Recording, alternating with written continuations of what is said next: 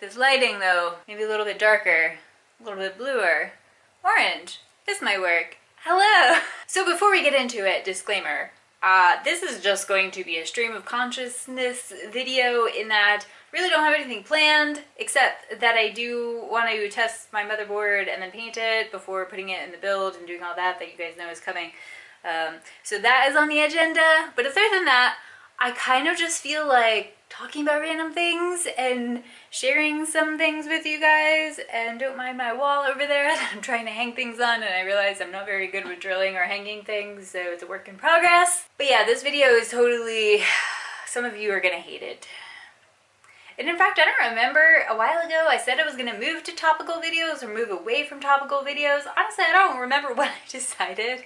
And I flip-flopped so much that it really doesn't matter anymore. So this video, it is just going to be, yeah, pretty much inside my brain for the next however long this battery lasts. And that's about it. Okay, let's first discuss this blue light that I put behind my monitors. It looks so pretty. I've been wanting to do this since I set this whole thing up. And oh my gosh, I can't believe I waited so long to do it. It looks so nice with the lava lamp. No, that's not a lava lamp. Salt rock lamp thing. But yeah, so super cheap, just LEDs. Obviously it doesn't look that good from this angle because this is reflective or glossy, but yeah, just super cheap LEDs that actually I got from Wish. I don't remember how much they are. I'll put it on the screen if I can find my receipt. But yeah, they're just USB, so I have one plugged into my computer over there and one plugged into the wall down below. But yeah, look at that atmosphere. I'm really digging it. In fact, I kind of want to order 2 more and put it along the bottom here, but I don't know how that works. I also really want to put them behind. I got like these hanging fairy lights that are all in beauty vloggers, which I know none of you really watch beauty vloggers, but I purchased them with the idea of hanging them all back here, and I really like the idea of it, but then I don't know, kind of just, I don't know, I still might do it actually, but I kind of want to put LEDs like behind my shelves here to add a different level of lighting as well there. So that's on the agenda, but unfortunately I can't get to my wall socket that back there. It's kind of a mess right now, but ooh, update on the Sonos. Oh my gosh, best speaker that I've ever purchased. Not that I've ever really purchased any other speakers other than Bluetooth speakers and my computer speakers, but it is so good. I love it, and I love the fact that I can just have it on all the time and just hook up to it like from my computer or my phone. It's Ducky. She's having a rough morning. She hasn't been feeling very good. So she's been very cranky. Look at that blue lighting. It looks so pretty. I like it. Why didn't I do this earlier? I literally had those sitting in my shelf for like 6 months at least. So you guys know that this is the motherboard we have to paint. But first I want to test. We gotta dig it out. Of course that was stacked on there. So this is the motherboard that I'm going to paint with Plasti Dip. Apologize for the noise. I'm gonna make this real quick. It's actually going to be a really easy motherboard to paint because we only have 2 DIMM slots, super easy, 1 PCI Express slot. So I'm going to tape over this to maintain the silver here. I just kind of like it, plus it has the ASRock label, which I would prefer to keep the company's label on, of course. Do that with some Plasti Dip, and then we've got to put it in this baby, which is so beautiful. That case. Ducky, what's wrong with you? You cranky? Take that as yes. So that is kind of where I stand with that build. I have not made very much progress. I wanted to do it this weekend. However, it's been very tough. Actually, not this weekend. This week. I wanted to do it on Wednesday. It's been a very tough week. Well, let me give you a little bit of an update. So you guys know I have a problem with my right eye. And it's there are many issues with my right eye, unfortunately, but the main thing is that I have chronic corneal inflammation, otherwise known as keratitis, and I take steroid drops in there daily, many times a day, and it subdues the inflammation, but the steroid drops cause pressure, so I have to use pressure drops as well. And then all of those drops combined over the past 2 years have made my eye very dry. So then I have dry eye on top of all of that. So I'm wearing contact in this eye, not this eye. I've talked about this many times, so I'm not going to go into any more detail. However, it's very, very strange that there seems to be a direct relationship to when I'm high stress at work, like working on a big project, or things aren't working, or something of that sort, where my eye will suddenly get a lot worse. And like there's really just no explanation why I've been dealing with this for 2 years and it just won't go away.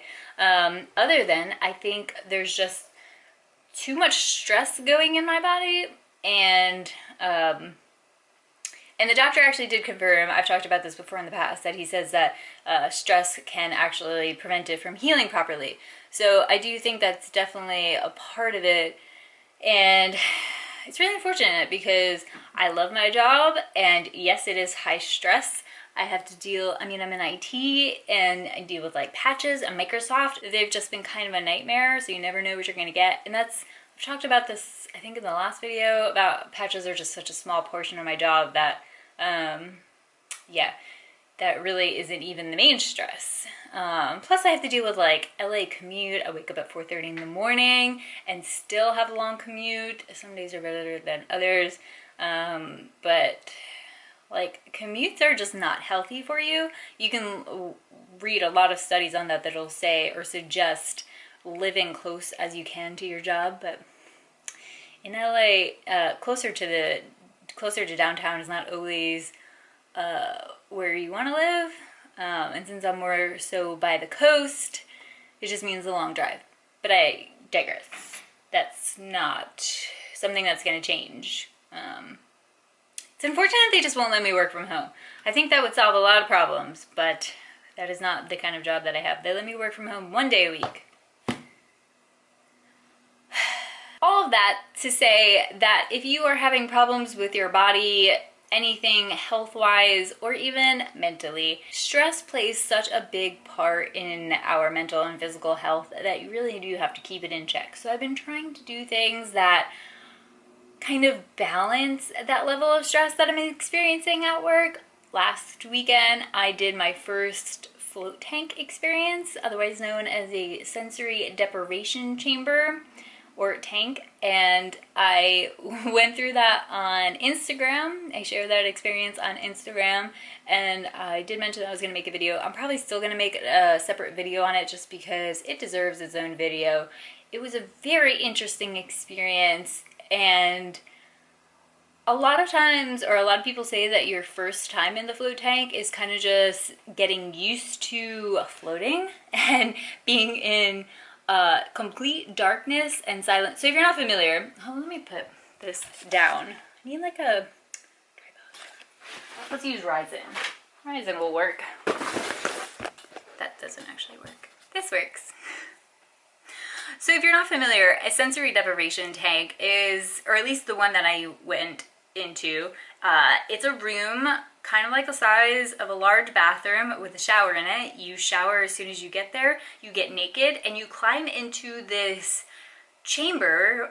The one I went into had very high ceilings, which was enjoyable because it helps with if you're claustrophobic at all. But it's literally like a door in the wall. You open the door, and inside, I'll share pictures, I'll post a picture. And inside is like, I don't know, maybe a foot of water, 6 to 8 inches of water, I don't know, somewhere between 6 inches and a foot of water, salt water in there, and it's completely black, pitch black, no lighting in there, so as soon as you close the door, you cannot see a thing, and you put in earplugs, of course, before you go in, so you can't hear anything either, and then you lay down in this tank of water, and because the salt water is about, I think it's 33 to 35% salt, you float, kind of like in the Dead Sea, how you float in the Dead Sea. Well, this is that. You float in this thing of salt water. And then you do that for 90 minutes, and you just float in darkness. And it was definitely one of the best things I've ever done. I'm 100% gonna do it again. Highly recommend it. There is this like brief moment when you get in where you kind of panic a little bit. Thankfully, the guy that like walked me through it said that everyone feels this way, and you kind of just like accept it and then just kind of like move past it. And because he said that, I think I was like expecting it, and so when it did hit me, as soon as you close that door, you kind of get like that panic, like, oh my god, where am I, what am I doing? But I was okay with it. And he said if you really panic, you just open up the chamber door a little bit. It's really easy, you just push it open, and letting in that little bit of light just kind of reminds you what you're doing and settles you, and then you could just close the door again and lay back down. But I didn't have to do that. I just laid down, and you center yourself by putting your arms out so you're not bouncing against the walls as you're floating, and you just float. And it was so crazy. And like, I'm not very good at meditating because my mind is always just like filled with a billion thoughts, most of which are not very healthy thoughts. So I went into there knowing that my brain was going to have this struggle. And the guy recommended like counting backwards from 300, which I tried to do, but every like second a new thought would pop into my head and I just couldn't push it out. So that didn't work too well for me. But instead of what I did was I allowed the thoughts in my head to come through, but any negative thoughts, I didn't want to sit in this chamber where you kind of forget that you even have a body and you're just the thoughts in your head at that moment, because that's all that's real when you're in there. I didn't want my only reality to be negative thoughts. And it was probably one of the most healthy things that I've done, is just had 90 minutes of positive thinking and not like beating myself up for being in there or like feeling guilty. I didn't feel any of that because I knew this was something good for me and that I needed to do. And so yeah, oh my goodness, it went by so quickly too. Like I didn't fall asleep for sure. I'm not a napper, so I didn't fall asleep at all. And the time just went by really quickly, and then eventually they start playing music to kind of like bring you back into it, and I just like sat up, and it was like doing yoga in a way, where you're like meditating in yoga. Meditating in like a yoga class is sometimes a lot easier because you have a guide with you, and the guide will kind of guide you along in your meditation, or you'll have like music playing or something like that. So sometimes that's a little bit easier than just complete silence and you're alone with yourself, especially if you're undisciplined with your brain. Yeah, I definitely had some realizations in there and other experiences, not like out of body or like anything crazy or hallucinations. Like some people will say things like that, but this was very basic for me, and it was just kind of like this raw feeling of being just my thoughts and realizing how I didn't want my thoughts to be bad. And this is so terrible because this is what everyone has told me my whole life. My mother tells me I am my own biggest critic. My therapist says I need to be nicer to myself. And it's like, yeah, but I just, I have high expectations for myself, and that's how I kind of justify it. However, there is a line between abuse and abusing yourself and criticism, I guess, or, you know, trying to better yourself, and that is where I struggle. So this was a very good lesson in that. However, I could already feel myself kind of slipping back into it. Like once you get back to work in the swing of things, it kind of just throws you back into it. So this is definitely something that needs to be repeated more often. I'm probably going to try to go like every other week or something like that. I know some people go once a week, some people go multiple times a week, and I could see the benefit of that for sure. It's just a way to meditate without any distractions or interruptions or anything. So I do highly recommend anyone checking it out for sure. If you have one in your area, I believe Float Clinic is one that is that you can find in multiple locations across the United States. I'm sure they're in other countries as well, but highly recommend checking it out. I still might do a separate video because a lot of people probably are not going to stumble across this in this video, but maybe not, maybe this will be the only thing, and maybe I'll do a separate video when I do a second time and compare that to my first time, because the first time I also felt like I was really nervous going there. I was just like really anxious because I didn't know what to expect. I didn't know if I was going to get into that chamber and freak out. I didn't know if I was going to hear things or how long it would feel, if I was going to get bored or anything. And so now that I kind of know all that and know what to expect, I feel like the second time it'll be faster to kind of get it into the zone. And even the guy there, he said by the third time, that is when things really align and you feel really good about about floating. So I definitely want to share that with you guys. Let me know if you do check it out, and yeah, that's it for that story.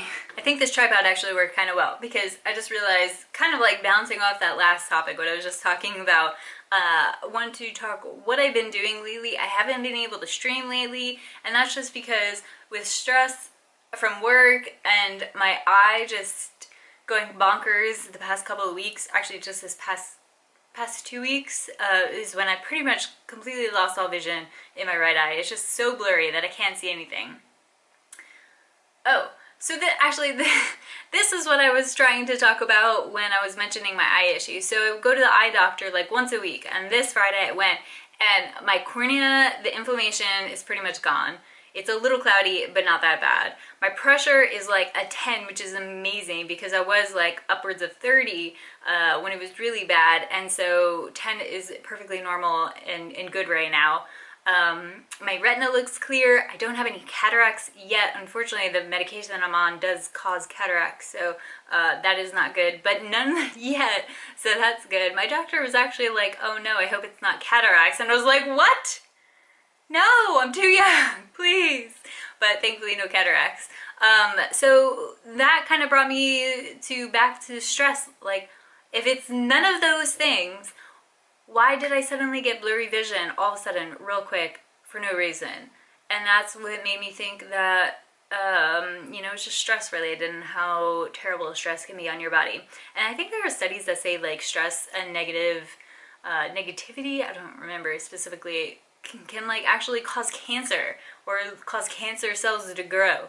So this brings me to what I've been doing lately to try to minimize this stress, be more mindful of my thoughts so that I'm less abusive to myself, and also trying to minimize screen time, which for someone like myself that spends 10 hours a day at work, on computers, multiple screens, all the time on my phone, doing who knows what, and then I usually get home from work and I'm right on my computer again. So I would say that I spend most of my waking hours on some sort of a screen. And thankfully I don't watch television very much, but if I'm not at my computer, on my phone, or on my work computer, then I'm usually on my iPad or my Kindle. So it's like more screens. So I've been trying to reduce my screen time, which unfortunately means a little bit more or less streaming, which sucks because, you know, that's like my creative outlet. But eyeball comes number one in a way. However, having said that, I am going to stream after this, because you guys know I like to stream after I post a video and kind of hang out with you guys, and it's Saturday. So plus because I have a contact in this eye, I feel like this eye kind of like takes control, and this eye just kind of was like, oh, okay, I'm gonna go to sleep right now. It doesn't really do anything. So when I wear my glasses, I feel like this constant fight with my right eye to try to focus, but because my cornea is so blurry, there's no focusing possible. So so that is a struggle as well. Anyway, all that to say, I've been reading a lot. You guys know that I love reading. In fact, I started a YouTube channel just for books, but that was a bit too ambitious and I haven't really posted there. It's called Print Screen. I think it's linked to this channel somehow if you do want to follow it. You don't have to. But it was mostly about books that have been made into movies and comparing the two, and I definitely want to get back to it one day. Who knows when. But I do still read a lot. I've posted other book videos on this channel about what I've been reading, or like at the end of the year, all of the books that I read. But right now, I have so many books in progress. I'm not going to go through all of them because it's crazy. I'll put my Goodreads link in the description below if you are on Goodreads and you want to follow me to see what I'm reading, or my reviews or anything like that. You can follow me on there. I love building my friends up on Goodreads because I really do value what you guys are reading as well. I just like to know what other people are reading and their thoughts on things. So I just finished reading Stephen King's latest release, The Outsider, which I could not put it down, but I swear Stephen King writes his words with crack embedded into them, because I don't understand why his books are just so addicting. They just pull you in and you have to finish it. It's so weird. I swear there is something about the way he writes that just gets you addicted to it, because the book wasn't even that good. Like, I don't even understand. So weird. It seemed very formulaic to me, like some of his older books, like It and The Stand, how a group of people come together to fight a force, and a supernatural force. And while I did enjoy it, and I couldn't put it down, I finished it in probably like 2 days or something really short like that. It didn't feel very long to me. I will say though, it is very gruesome and bothersome. If any of that bothers you, don't read it. There's definitely, his audience has to have a strong stomach, I will say that. But it was a good, quick read. It may be like the first third, I was kind of creeped out and a little, like, I didn't want to read it at night, and like every noise in the house kind of freaked me out. But the second half I found kind of like dull and not really enjoyable. So I don't know. That's why I say there's just something with the way he writes that makes you so addicted. It doesn't even make sense. So then after that, let me get the book that I read next. So then I read this book, Shoe Dog, by Phil Knight. It is his biography. He is the co-founder of Nike, hence the swoosh. So I actually read this book on Kindle. I borrowed it through my library. I didn't know if it was going to be good or not, so I didn't buy it in hardcover. But it was so good. One of my favorite, actually I've read a lot of really good biographies the past year, but this is probably my favorite. It just, oh my god. It was written with humor and heart, and it was enjoyable, and I had no idea that I was going to enjoy and respect Phil Knight so much. Like, he was selling sneakers that he bought from a manufacturer in Japan out of the trunk of his car at track meets at first. Out of the trunk of his car! And now he's millionaire, if not billionaire, I don't even know. But, oh my gosh, to see how far he's come with Nike and how they did it, and just like all of the struggles, like it took them a good 10 years to get Nike off the ground, which is so crazy. Like, people expect things so fast these days. He had to put in so many years of work where he didn't know if the company was going to be successful, if they were going to be able to pay the manufacturers for their shipments, or pay their employees, or what was going to happen. Should they go public? Should they not go public? Like, so many things. I honestly am going to read this book like every year. I just found so much value in it.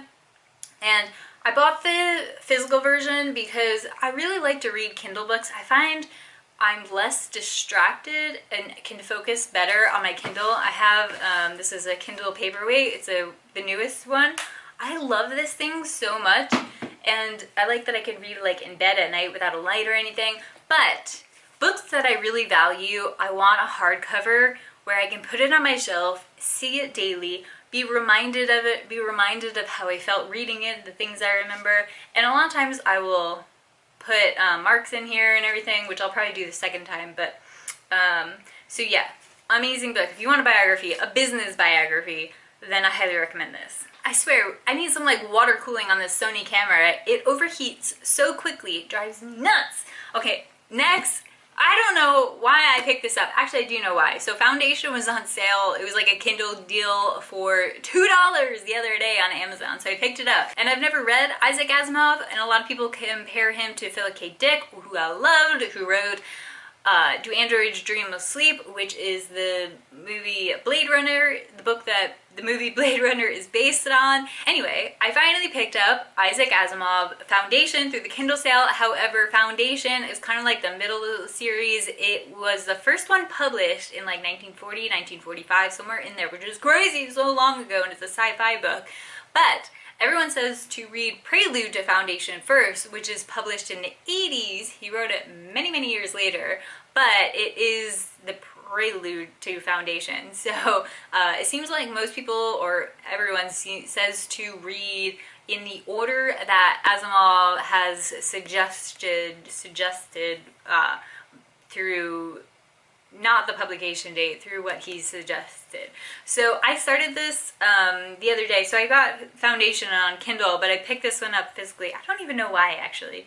And I cannot put it down, which is so crazy. A friend of mine said that she didn't like Foundation, but oh my goodness, it's like year 20,000 and there are 25 million worlds, and there's an empire, and there's a mathematician who has this like crazy theory that the future can be predicted by looking at the history of all of the planets and looking for order in the chaos of the history. Probably getting that all wrong, but I have been really, really enjoying this. And in fact, I didn't want to put it down. I could have read this all day, but there are things to do. And so I'm hoping to get through this pretty quickly. It's 500 pages, so it's not a short book, that's for sure. And then hopefully Foundation is as good. We'll see though. But man, I love these old school sci-fi, guys. And in fact, I've also been getting into old school horror. I have another book.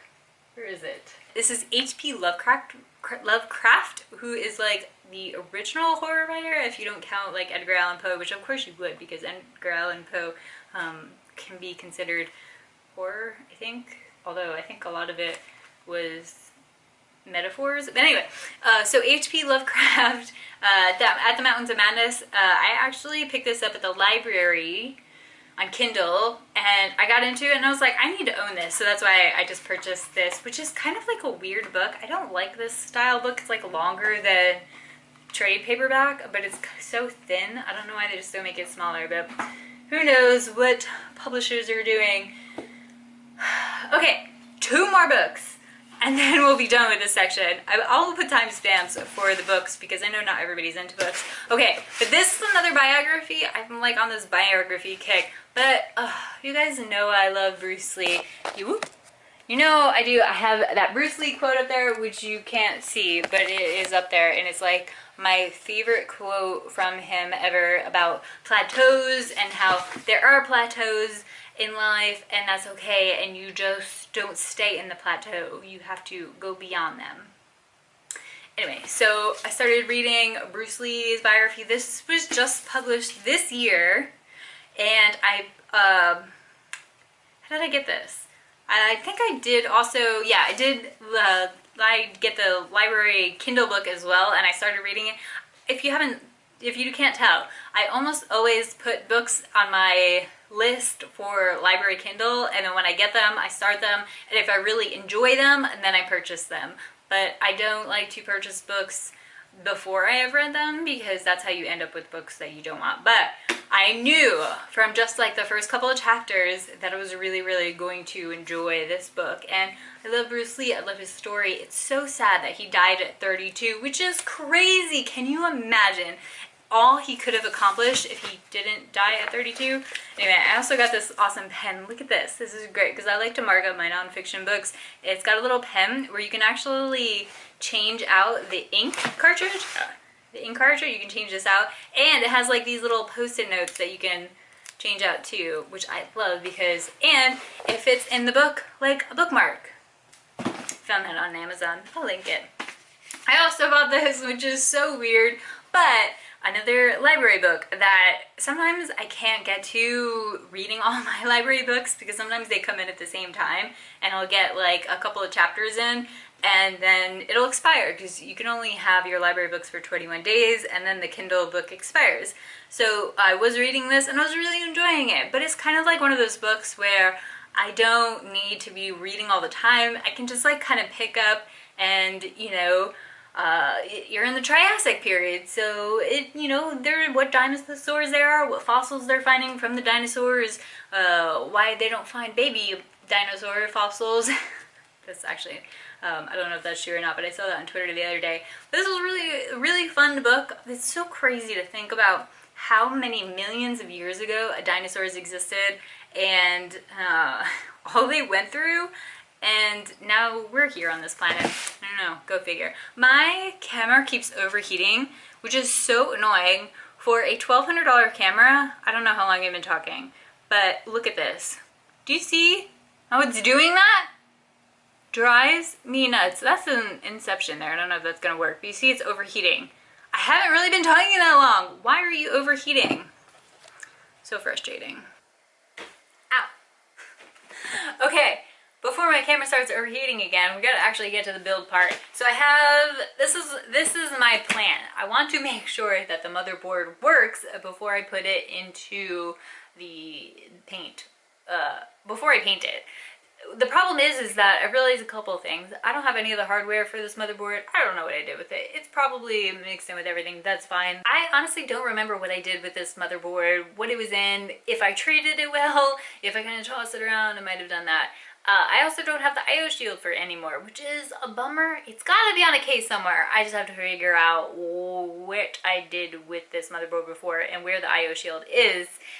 But anyway, for this purpose, I just want to make sure that the motherboard works. So I'm going to put the power supply in the case, we're going to put the motherboard in the case, we're going to put Ryzen chip in the motherboard, then we're going to put the stock cooler on there, and then we're just going to turn it on and make sure things turn on. That is the priority with this, because the worst thing in the world is if you customize something, and so in this case paint the motherboard, and then it doesn't work, but you're not really sure if it worked before or if you damaged it in the painting. So I just want to confirm that things work now is what I'm getting at. Okay, so we're going to take this beautiful power supply out of the box for the first time. And I did say that I wanted to do a video on just this power supply. However, with the way things are going lately, this is how it is. And I hope Seasonic doesn't hate me for this, but I'm actually really excited for this, and I don't want to do it in a separate video. Oh my god! I love it when they do this!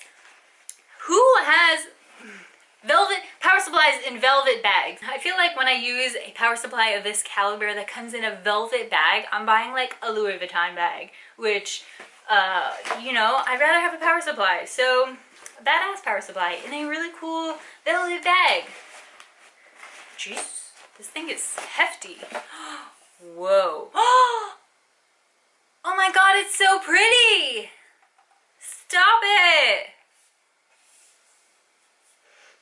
Oh, it smells so good too. Oh, wow, this is beautiful. Seasonic, you're outdoing yourself. Got a little fan controller on the back here.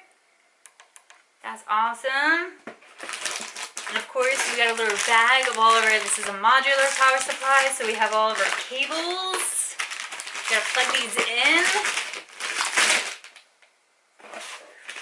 Look at that. Oh, muscle. I swear I'm not buff. It's just because I've been not eating carbs because I have this whole thing that like bread and pasta and wheat is just bad for you. Which, there's studies that will say this. And it's actually worse than like sugar.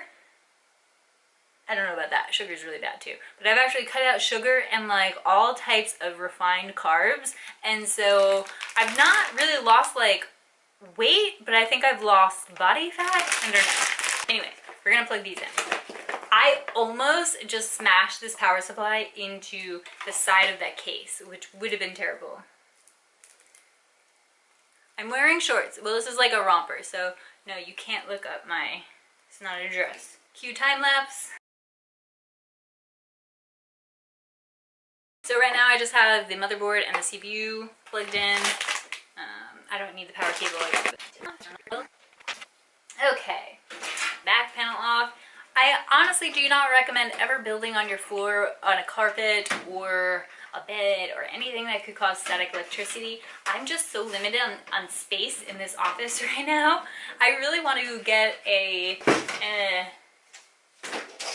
like an actual physical space, like a workshop, but This is LA. Do you know how expensive anything real estate, even to rent, is in LA? That would be serious goals though. I'm not gonna screw in the power supply either because like I said, we're just gonna test this real quick. And we don't need things to be perfect. All right, do we have risers? Yes, we do. All right, we can put the motherboard. I realize you can't see anything of what I'm doing right now. I am honestly just I'm just screwing the motherboard into the case. You don't need to see that. I know all of you are not here for a build tutorial. Y'all are some builders. Okay, we're not gonna put them all in. And we're gonna hope that this is a motherboard that'll turn on without all the screws. Whew, it's hot in here. All right, we got that. Time to open rosin.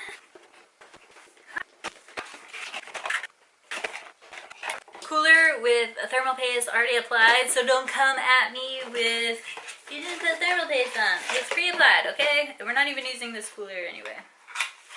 I just don't. And we can actually turn on the motherboard without putting the cooler on, but I don't want to risk anything right now. Ryzen processor. Okay, as you can see, we have the motherboard in the case, and we got a Ryzen chip, and oop, of course I would hit it with that thing. We're just gonna place it in here. Oh god. Easy peasy. Beautiful. And we're gonna put the CPU cooler. I honestly cannot see very well. Okay, I just made a rookie mistake. I realized I don't have the brackets on the back of this motherboard for this stock cooler. So, in that case, we're just going to let that sit on there. And when we power this on, we're just gonna make sure that everything works. And we're not gonna leave it on very long. It's gonna be okay. Okay, we are plugged in. We have the bare minimum plugged in. Literally just the processor, the motherboard, power, the fan, which not even actually screwed on, and the power button, wherever it is. I can't see it. Here it is. I think we can, yeah, I have no hard drive, I have no RAM, but we should at least see something happen. I gotta find the power button.